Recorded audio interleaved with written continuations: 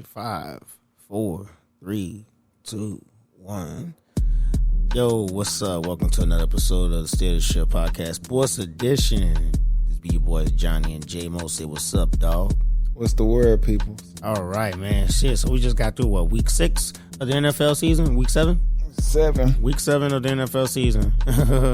Yeah, it's been such a while since we've been back, you know what I mean? So, just relaxing, getting our energy back. We back in this bitch.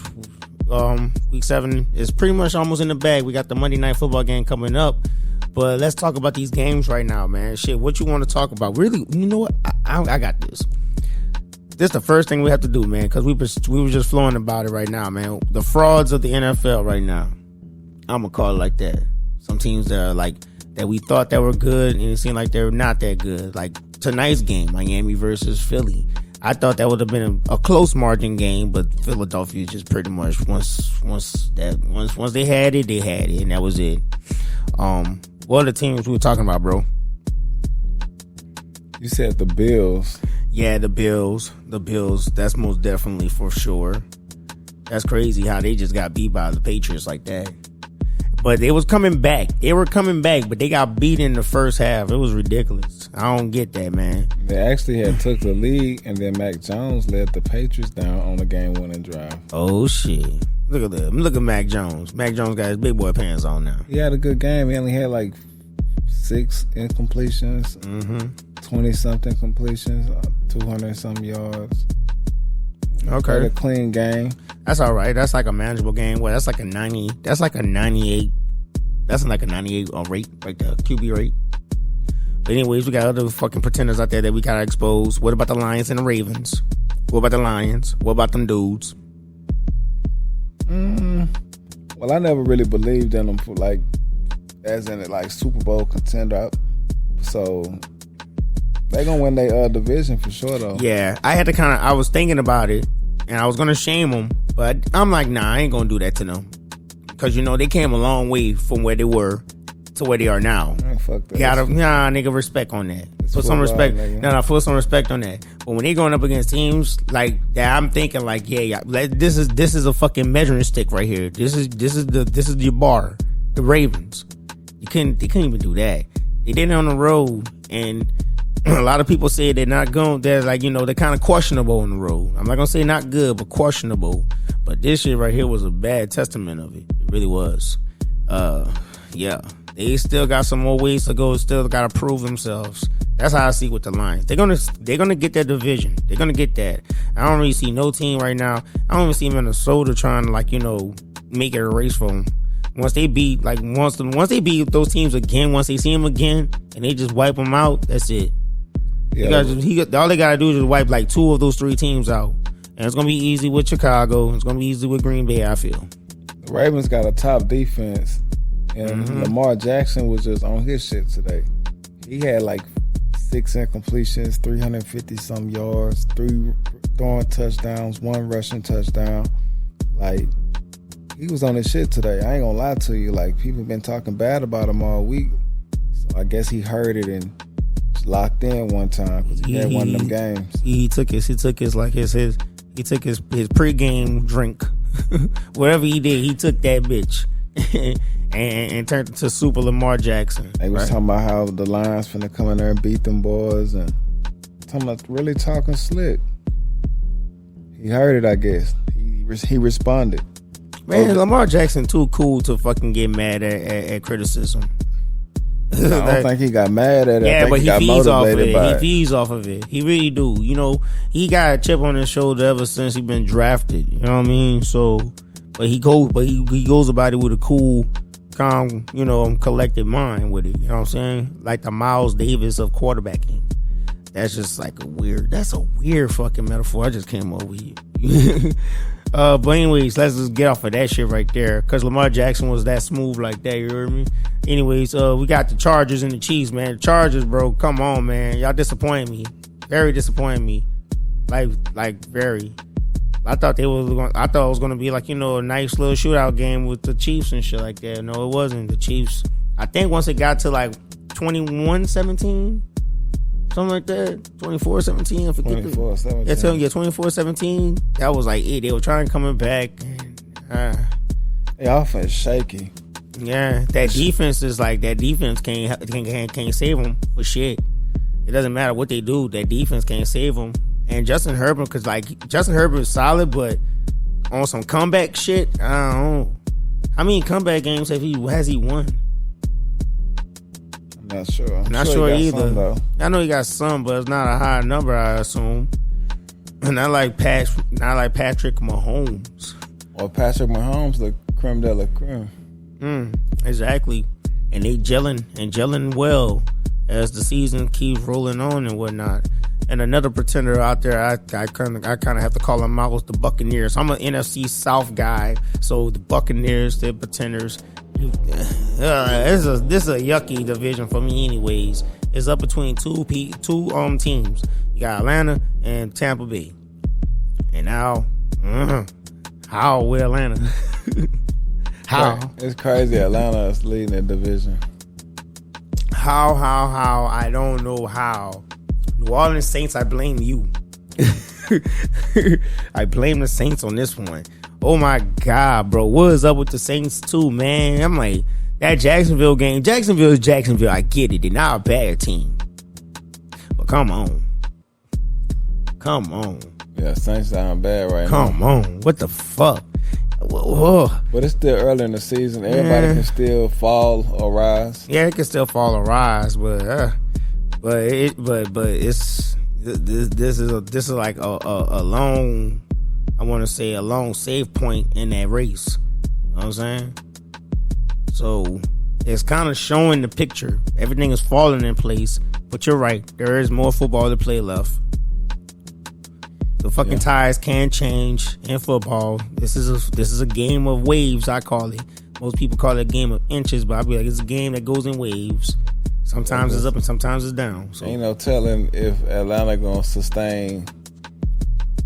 At least they winning like every other game. Yeah. Well, Tampa Bay has more of a chance to catch up with Atlanta than New Orleans do. So Tampa Bay and Atlanta could keep it a tight race. That's about it. And it's so sad that I can't even throw my Carolina Panthers in that conversation. But that's a whole nother story. If I talk about the Panthers, I'm gonna have to do a private show by myself and go deep into this shit because it's deep. Like this like if there's a problem in Carolina, it's deep and it's not the quarterback and it might not even be the coach. But anyways, it's the coach for sure. Nah. What if I could say it's the owner? What if I say it's the owner? We don't ever talk about the owner of Carolina Panthers, right? David Tepper. We don't ever talk about him, right? I heard a lot about him on the radio this last week. Yeah. Trying to put his hands on. Yeah, trying to put his hands in the pot. You know what I'm saying? Just go sit your ass down, dude. I feel you. He called a head coach every week. Yeah. Now imagine that, J-Mo. You at your job, right? And you doing your job. I feel you.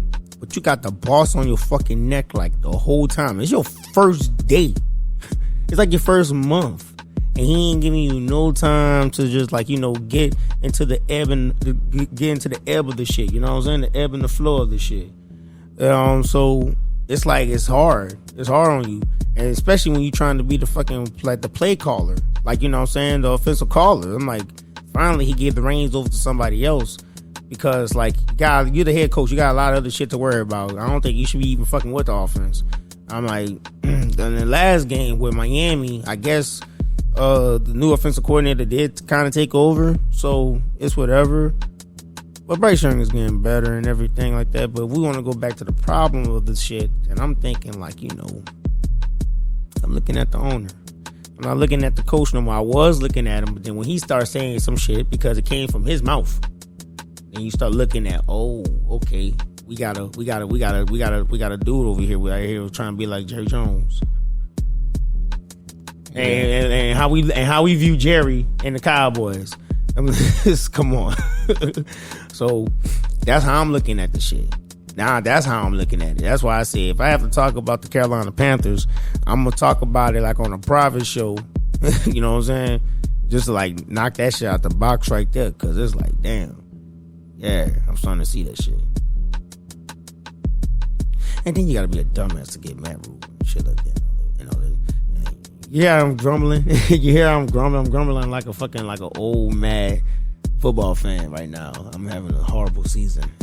I just don't respect what Frank Wright did in Indianapolis. And I don't expect him to go to Carolina and do much better. I think y'all gonna need a new coach to move forward with your quarterback. Wait, this is first year. Who? Frank Wright. With y'all? Yes. I'm saying with y'all. Yes. This is first year as a coach.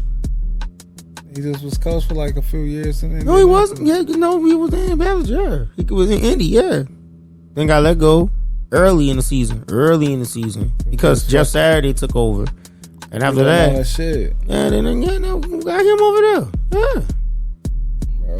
Yeah. And we had another. I think we should have signed the interim coach that was coaching Steve Wilkes. No, the guy real him. Steve Wilkes is now defensive coordinator over there in San Francisco. So yeah, that's my team. Yeah, I gotta laugh at myself. So, anyways, week 7 in the bag almost. We got the Monday Night Football game: San Francisco 49ers versus the Minnesota Vikings. We could talk about the spread on this shit and then, get into, our predictions of this shit. I'm going to go look at it. And now we got the spread at 6.5. 6.5 given, 6.5, San Francisco is the favorite, obviously. What you think about this one? San Fran hurt a little bit. A little bit or a lot? We don't know. Christian McCaffrey is questionable. Debo's out. This is gonna be a Brock Purdy gonna have to show. What can he work with what he got now? He's down pretty much. Like, maybe if Christian McCaffrey is still there, shit, he got bailed out by Christian McCaffrey. But if he's not there, yeah, he's gonna have to show and prove now. The defense gonna have to carry him. Yeah, it's gonna be a big Minnesota. Minnesota's defense is not that good.